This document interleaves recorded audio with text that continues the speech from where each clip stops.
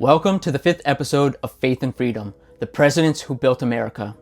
This year, 2026, honors the 250th anniversary of the Declaration of Independence, a celebration of the resilience and vision that have carried our nation through centuries of change.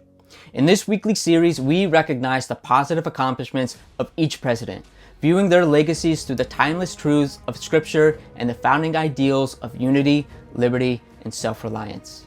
Last week, we studied James Madison, the father of the Constitution who guided the Republic through war and economic trials with principled restraint.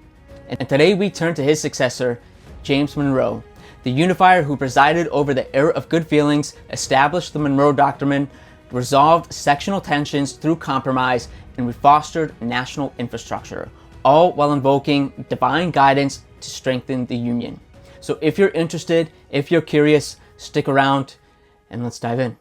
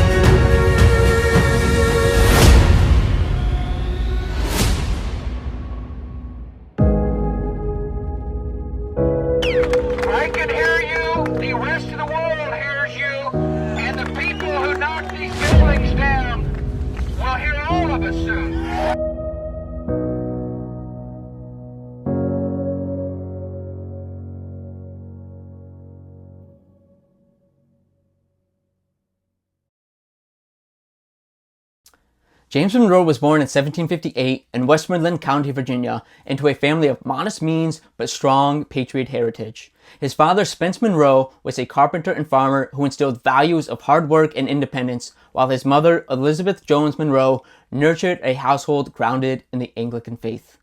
Orphaned by age 16, young James faced hardships that built his character, much like the biblical Joseph, who rose from adversity through diligence in his faith in God. Monroe attended the College of William and Mary briefly before joining the Continental Army at age 18, where he fought bravely at Trenton, crossing the Delaware with Washington, and suffered a near-fatal wound. This experience forged his lifelong commitment to the Republic, and Monroe later then pursued law under Thomas Jefferson, blending Enlightenment ideas with deep faith. In his 1817 inaugural address, he expressed his gratitude to the Almighty, stating this: "To the beneficent Creator who we are indebted for the enjoyment of so many blessings."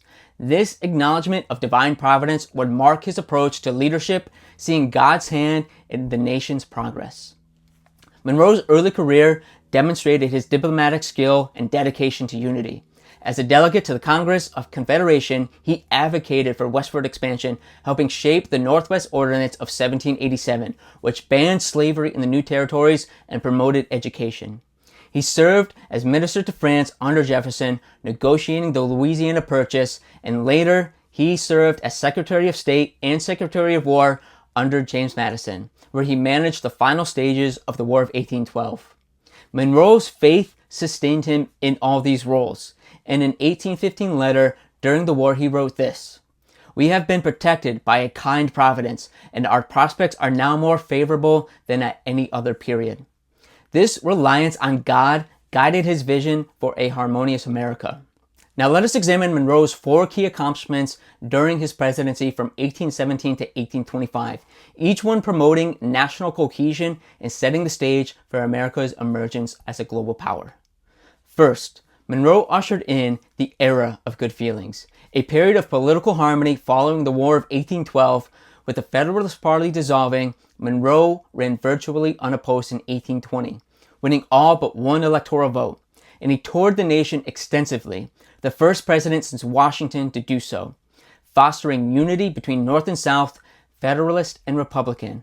Monroe viewed this reconciliation as divinely ordained, declaring in his 1817 inaugural, saying this, "The existence of parties is not necessary to free government. Under the smiles of a kind providence, we have been indulged with a long period of peace." His efforts to bridge divides embodied the founding ideal of e pluribus unum, out of many, one, and echoed the biblical call in Psalms 133 saying this, "Behold, how good and pleasant it is when brothers dwell in unity." Because Monroe prioritized national healing, America enjoyed a decade of relative peace and prosperity, allowing focus on internal development. Second, Monroe proclaimed the Monroe Doctrine of 1823, a bold foreign policy statement warning European powers against further colonization or interference in the Americas. Drafted with Quincy Adams, it asserted U.S. opposition to monarchies while supporting Republican governments in Latin America. Monroe framed this as a defense of liberty, stating in his message to Congress, "The political system of the Allied powers is essentially different from that of the Americas." He saw it as aligned with divine purpose, noting in private correspondence his belief that the finger of heaven guided America's role in the world. This doctrine embodied the founding isolationist leanings, protecting the hemisphere from old world imperialism and setting a precedent for U.S. leadership in the Americas that persists today. Third, Monroe navigated the Missouri Compromise in 1820, averting a sectional crisis over slavery's expansion. The compromise admitted Missouri as a slave state and Maine as free, while prohibiting slavery north of the 3630 parallel in the Louisiana Territory. Though not perfect, it preserved the Union temporarily. Monroe, a slaveholder himself, wrestled with the issue but prioritized national stability, writing to Jefferson, "The excitement produced by the Missouri question has been extreme, but thanks to a kind providence, it has been allayed."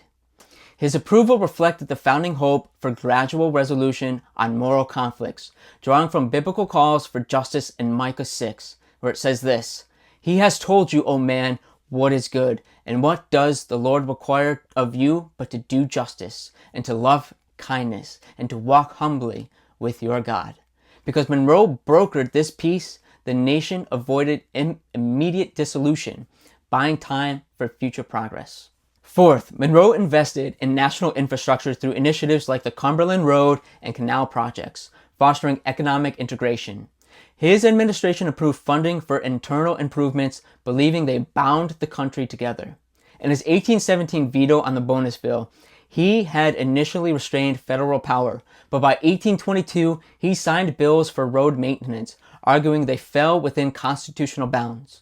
Monroe saw this as essential to unity, stating in his 1817 inaugural, "Under the protection of a kind providence, our beloved country has been blessed with a long peace." This support for connectivity embodied the founding vision of a strong union, promoting commerce and mobility that accelerated America's growth into an economic powerhouse.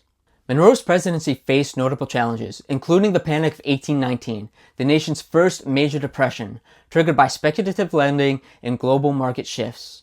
Sectional tensions simmered and foreign threats loomed, yet Monroe drew strength from his faith, frequently invoking God in his public addresses.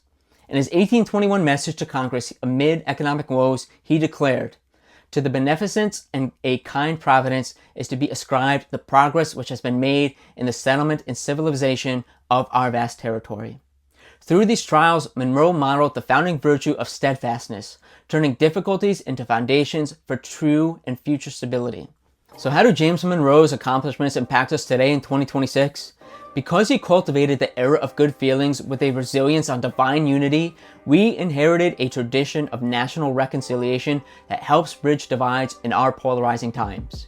Because he issued the Monroe Doctrine under the guidance of Providence, we benefit from a hemisphere largely free from foreign domination, allowing America's influence to promote democracy, and stability.